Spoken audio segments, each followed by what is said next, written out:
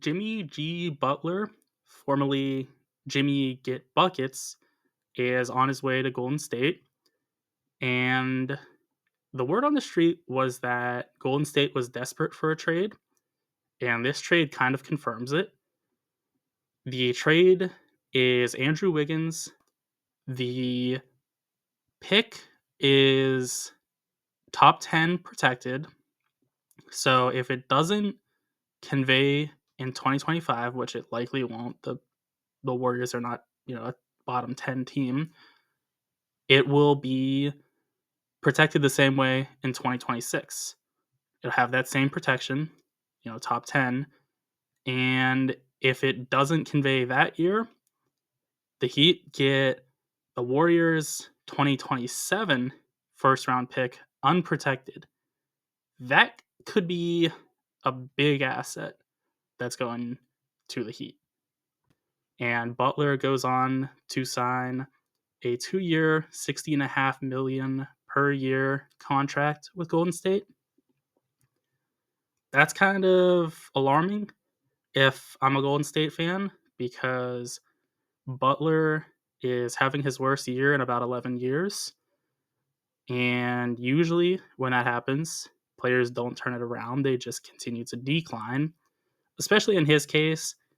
If he's not, learning how to shoot, that's going to be something that's probably more prominent as he ages, because he's never been the most athletic, but he's been athletic enough to be like a crafty finisher.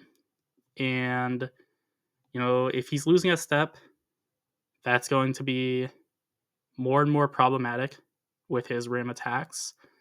So I don't love the extension.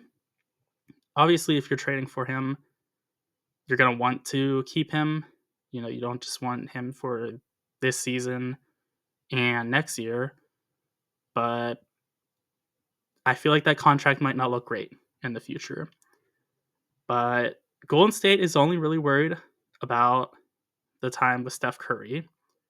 And the thing is, Steph Curry is also declining pretty rapidly. He is just putting up 23 points a game nowadays.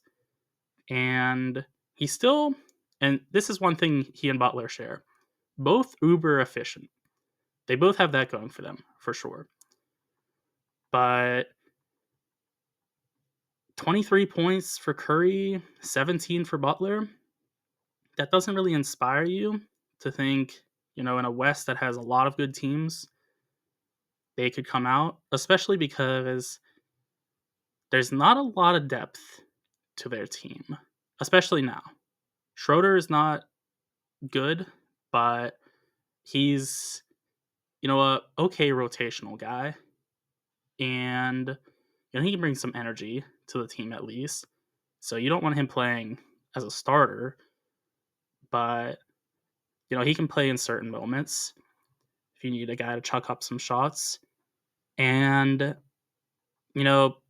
Green, he's just a non-factor on offense for the most part. There's definitely times where, he's making his shots and, he's setting good screens for Steph and is playmaking well.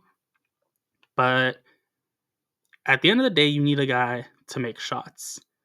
Maybe Steph is going to turn back time come playoffs, or Butler will as well. But I think the logical thing to do here is to expect them to be what they have been this season.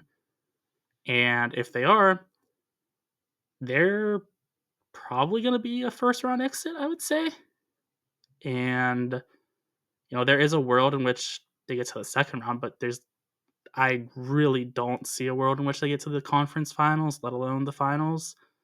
So it's not a great situation. They don't have money in their favor. They have, I would say, 2 stars as their 2 best players. They don't have a superstar. And, that may be blasphemous for you to hear, but Steph is, again, he's scoring 23 points. And he's the guy for their offense. I think that's closer to being a star than a superstar. And yeah, if he sacrifices some efficiency for just getting more shots up, maybe that point per game number goes up. But part of why he's still so good is because he's so efficient. Like, that's the main thing going for him. That, and just being such a threat from three that teams have to focus on him for the entire length of the court. I don't think it's a good model to have these level of players at their ages going into the playoffs. What wins in the playoffs is superstars, and the West has a bunch of them. Shea is top 3.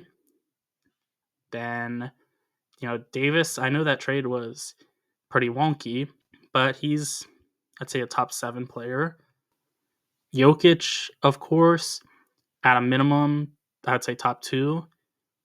Then, even for like the Laker tier of teams, which I think Golden State's closer to the Lakers than they are the, Nuggets or what have you, the top of the West.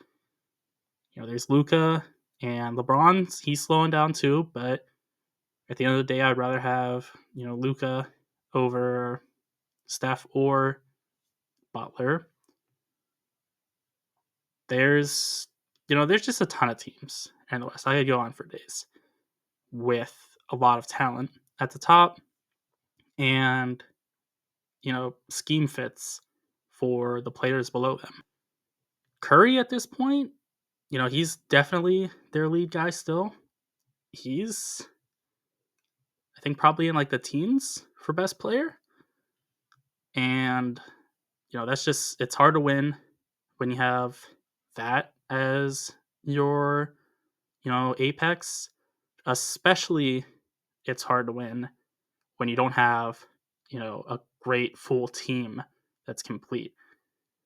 The team doesn't totally make sense to me. There's definitely clearly defined roles for their 3 top guys in Curry, Butler, and Green. But then it's like, what do you do with Kuminga? I think he is their 4th best player, but he's not getting the role he desires. Podziemski is, I think they like him a lot more than a lot of other teams would. I struggle to see it. Maybe I'm wrong. Maybe there's, more to this team than meets the eye. But given their record is, I think, 25-24, I don't think they're a Jimmy Butler away from competing, especially giving up, who was your 2nd best player probably, in Andrew Wiggins, at worst 3rd best. So those are my thoughts on the trade for the Warriors. Be sure to let me know what yours are in the comment section. And also be sure to like and subscribe for more NBA content.